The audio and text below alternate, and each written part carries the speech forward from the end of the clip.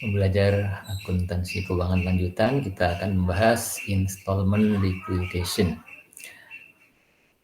Penjualan aset dilakukan secara bertahap, ya, tidak sekaligus seperti pada pembahasan yang simple liquidation.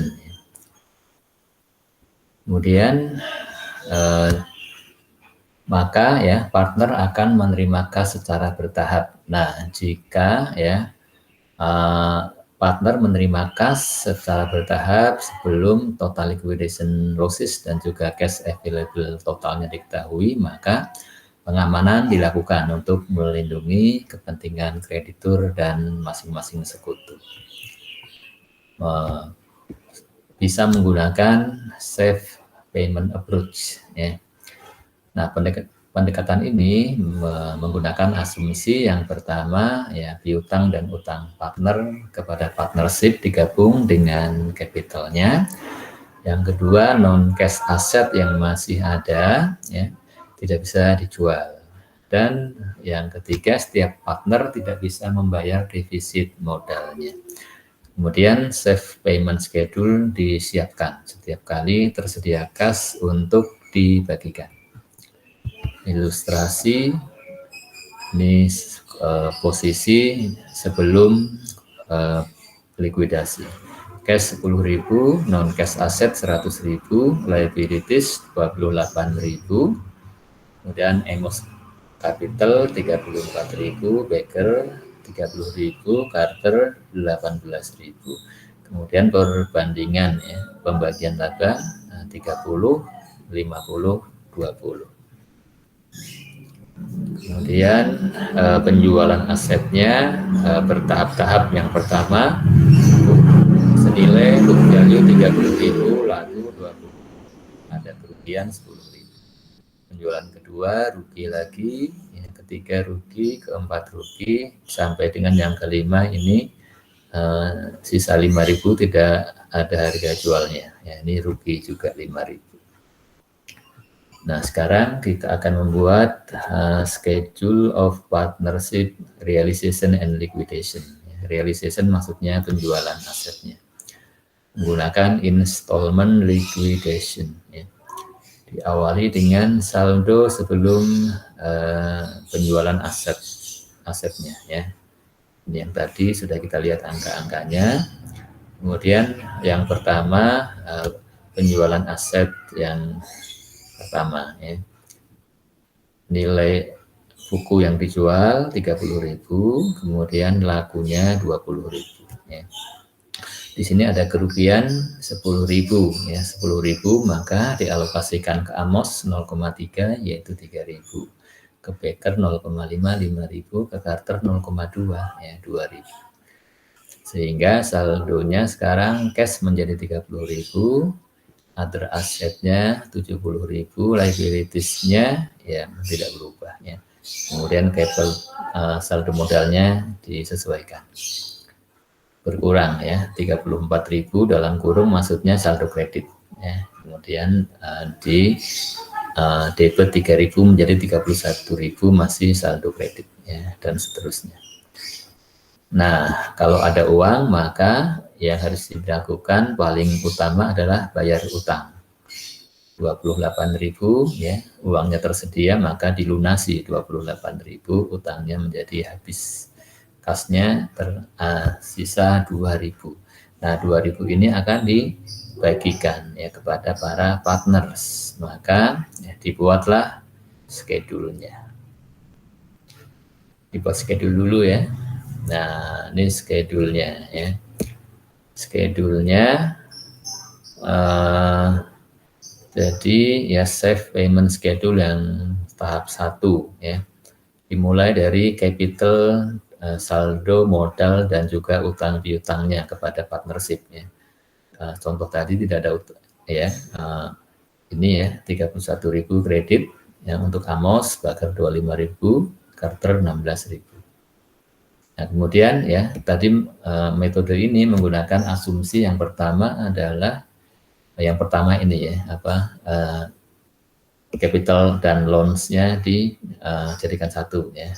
digabungkan dulu. Kemudian yang kedua, aset yang masih ada, yang aset non cash yang masih ada diasumsikan tidak akan terjual sehingga menjadi kerugian ya 70.000. Nah, kerugian 70.000 ini ya yang diasumsikan ya masih diasumsikan ya, dibagikan kepada para partner sesuai dengan proporsi pembagian labanya ya. 0,3 untuk Amos ya 21.000 ya, 0,5 untuk Baker, 0,2 untuk Carter, sehingga sekarang capitalnya Amos menjadi 31 tambah dikurang 21 ya 10.000 saldo kredit. Nah, Baker sekarang menjadi 10.000 debit ya. Dalam hal ini Baker defisit modalnya. Sedangkan Carter kredit 2.000. Nah, sekarang ya asumsi ketiga tadi partner yang defisit tidak mampu, tidak akan bisa membayar defisitnya, maka ini menjadi kerugian ya bagi kemudian langsung dialokasikan kepada Amos dan Carter ya. Jadi ya defisitnya Baker dialokasikan untuk Amos berapa ya sesuai dengan perbandingannya 3, untuk Carter berapa 2 ya, berarti untuk Amos 3/5 berarti ya 3/5 kali 10.000 6.000 yang 4.000 ya 2/5 untuk Carter, sehingga untuk Amos saldo modalnya menjadi 4.000 saldo kredit, kemudian untuk Carter menjadi 2.000 saldo debit ya, saldo debit. Kemudian juga Carter diasumsikan nggak akan bisa bayar defisitnya, maka dialokasikanlah ke yang tersisa Amos 2.000, maka menjadi modalnya Amos 2.000 kredit ya. Ini sudah sesuai dengan inilah yang diistilahkan dengan safe payment-nya ya. Safe payment-nya adalah untuk Amos 2.000 ya. Nah, berarti ya payment to partners-nya berdasarkan safe payment schedule tahap 1 adalah untuk Amos ya. Sehingga saldo Amos menjadi 29.000, Baker 25.000, Carter 16.000 ya kreditnya. Ya, adapun saldo-saldo modal yang di safe payment schedule ini ya, ini adalah hanya untuk menghitung ya, untuk perhitungan berapa safe payment-nya kepada siapa dibayarkan ya. Tetapi ya saldo modalnya Baker dan Carter masih yang ini ya, masih yang sebelum alokasi ya, sebelum hitung-hitungan safe payment-nya ya. Nah, sekarang penjualan aset yang kedua ya, senilai 25.000, lakunya 15.000, ada loss lagi 10.000 ya. 10.000 dialokasikan lagi ke Amos ya. 3.000, 5.000 Baker, 2.000 untuk Carter ya, sesuai dengan perbandingan alokasi proporsi pembagian labanya, sehingga ya saldo non cash asetnya menjadi 45.000 ya. Kemudian saldo modalnya disesuaikan. Nah, sekarang ya selanjutnya ada uang 15.000 ya, ada uang 15.000, membaginya seperti apa? Maka dibuatlah safe payment schedule yang kedua dulu ya. Kita lihat dulu safe payment schedule-nya.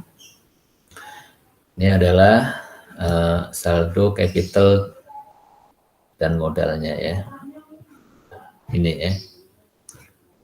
Di saldonya berarti ini ya 26, 20 dan 14 ya. Ini ya.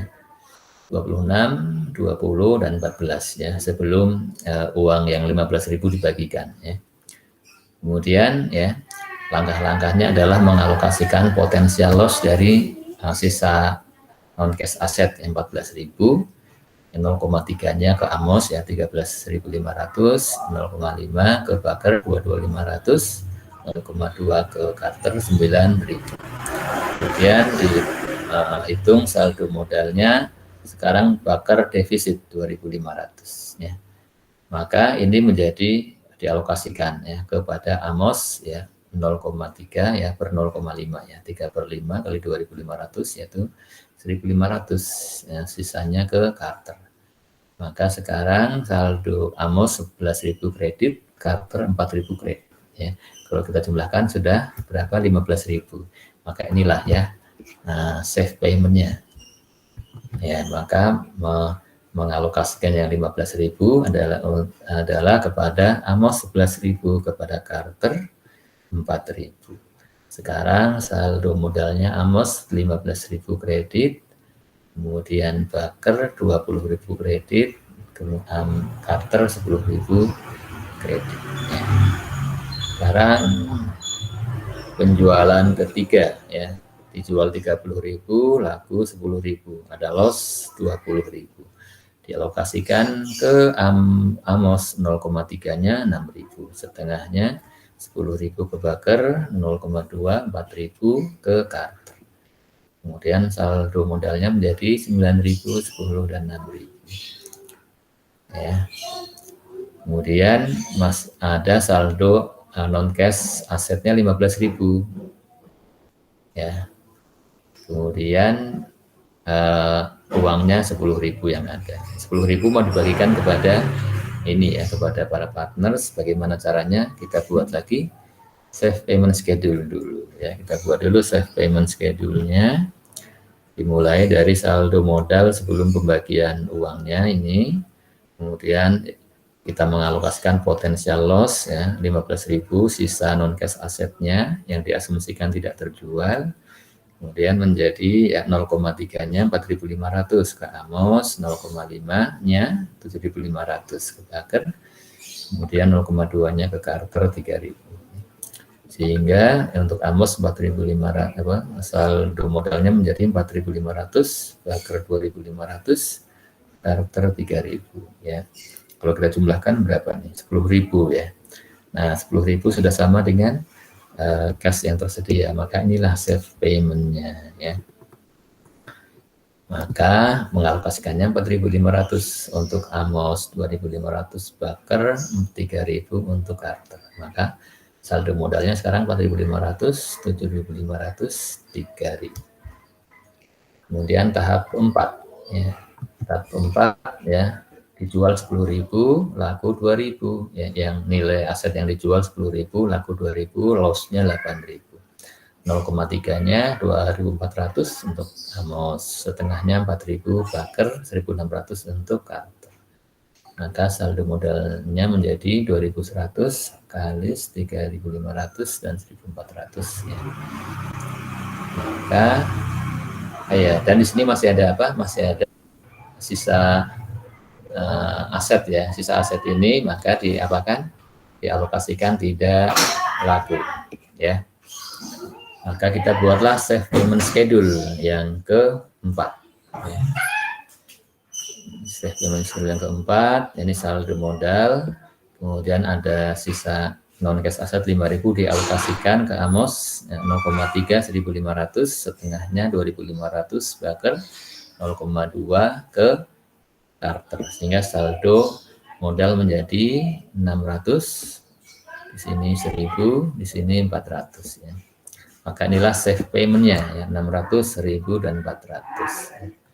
6.000, 100, 400 ya. Maka sekarang saldo modalnya menjadi 1.500, 2.500 dan 1.000 ya. Kemudian masih ada sisa non cash aset 5.000. Nah, sebenarnya ya untuk penghitungan safe payment diperlukan sampai rasio modal sama dengan rasio pembagian laba rugi ya. Nah, maksudnya apa? Maksudnya kalau rasio saldo modal sudah sama dengan rasio pembagian laba rugi, tidak usah bikin safe payment schedule, langsung saja dialokasikan berdasarkan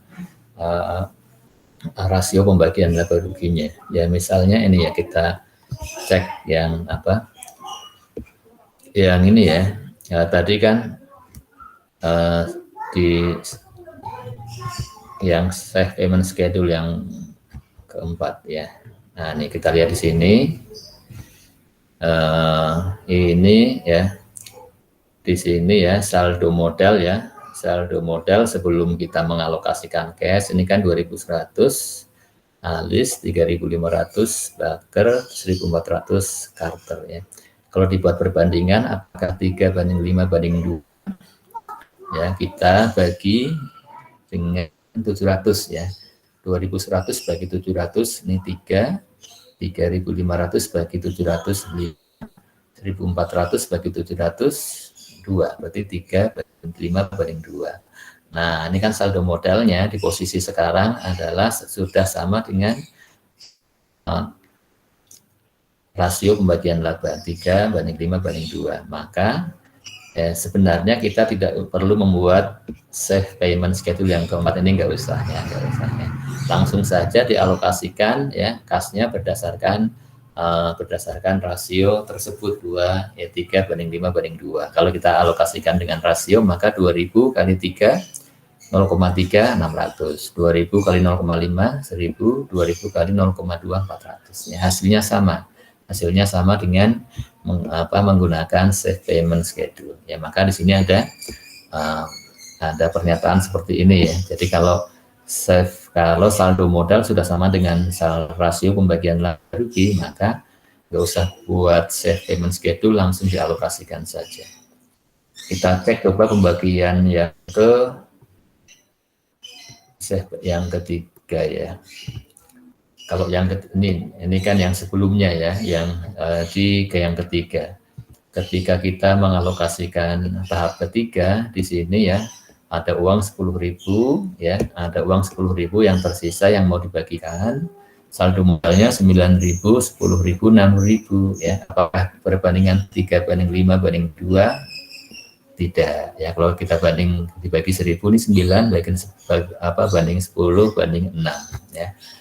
Tidak 352, maka kita tidak bisa langsung mengalokasikan 10.000 ini 0,3 ke Amos, 0,5 ke Baker, 0,2 ke Carter, tidak bisa ya, harus dibuat save payment schedule yang ketiga ya. Seperti itu ya. Nah, tetapi kalau ya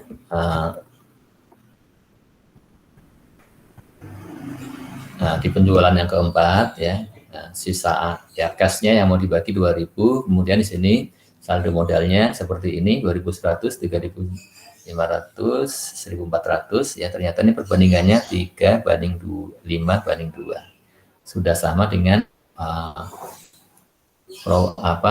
proporsi atau rasio pembagian laba. Maka di sini yang 2.000 uang yang ada bisa dialokasikan berdasarkan perbandingan itu.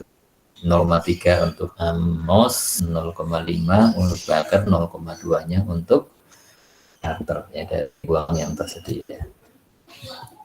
Nah, sehingga di sini save payment schedule yang keempat ya, kalau mau dibuat boleh atau tidak ya, boleh-boleh saja. Tetapi ini kalau kita sudah alokasikan tadi ya, ini untuk mengecek saja ya. Dan hasilnya memang sama. Ya. Nah, tahap yang kelima ya, masih ada sisa 5.000 non cash asetnya dan tidak laku dijual. Maka ya dihapus asetnya, ya dihapus, kerugiannya dialokasikan ya.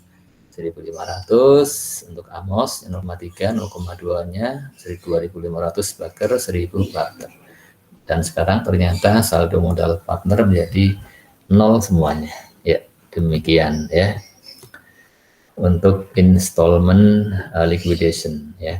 Sekarang bagaimana kalau ada additional losses, ada penemuan utang yang tadinya belum diperhitungkan, ternyata muncul ada utang ya.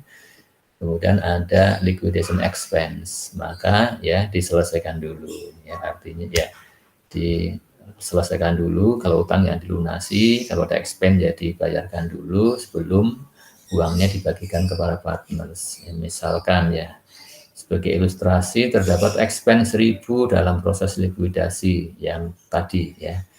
Maka perhitungan save payment pertama akan disesuaikan ya. Ini contohnya contoh yang tadi, hanya tambahannya adalah terdapat expense 1.000 ya dalam proses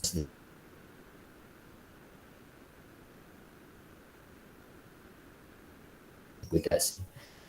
Yang perlu disesuaikan adalah save, maka expense tersebut harus dibayarkan, ya, dibayar sebelum uangnya tadi yang 2000 tadi masih ingat ya, uangnya tadi kan sisa 2000 kan ya, yang di tahap 1 yang 2000 ini ya dibayarkan dulu 1000 untuk ini ya, untuk membayar likuidasi expense, berarti sisa 1000, maka sisa 1000 itulah yang akan kita bagikan ya. Atau kita lihat di save payment schedule yang pertama, kita sesuaikan ya, dimulai dari saldo modal dan utangnya digabungkan ya, 31.000 Amos, 25.000 Baker, 16.000 Carter ya. Kemudian loss-nya ya, alokasi potensial loss-nya yang 70.000 adalah non cash asset yang belum terjual ya, diasumsikan tidak akan terjual. Kemudian ditambah dengan yang liquidation expense 1000 menjadi 71.000 ya. Maka 71.000 ini yang 0,3-nya untuk Baker, untuk Amos ya 21.300, setengahnya Baker ya, 0,2-nya Carter. Maka saldo modalnya menjadi 9.700, Amos, Baker menjadi defisit 10.500, Carter 1.800. Kemudian defisit Baker dialokasikan ke Amos 3/5, 6.300, ke Carter 2/5, 4.200 ya. Maka di sini saldonya Amos menjadi 3.400, Carter defisit 2.400 dialokasikan ke Amos. Maka saldonya Amos 1.000. Inilah save payment-nya ya, dibayarkan kepada Amos 1.000. Ya, demikian ya untuk installment liquidation ya. Kemudian menggunakan save payment approach ya. Kemudian ada lagi advance plan for pembagiannya ya. Ada rencana yang disusun sebelum di awal ya. Namun ini tidak dibahas ya. Tidak dibahas sesuai dengan RTS, maka ya kalau mau tahu seperti apa silahkan dibaca di slide-nya. Ya, terima kasih.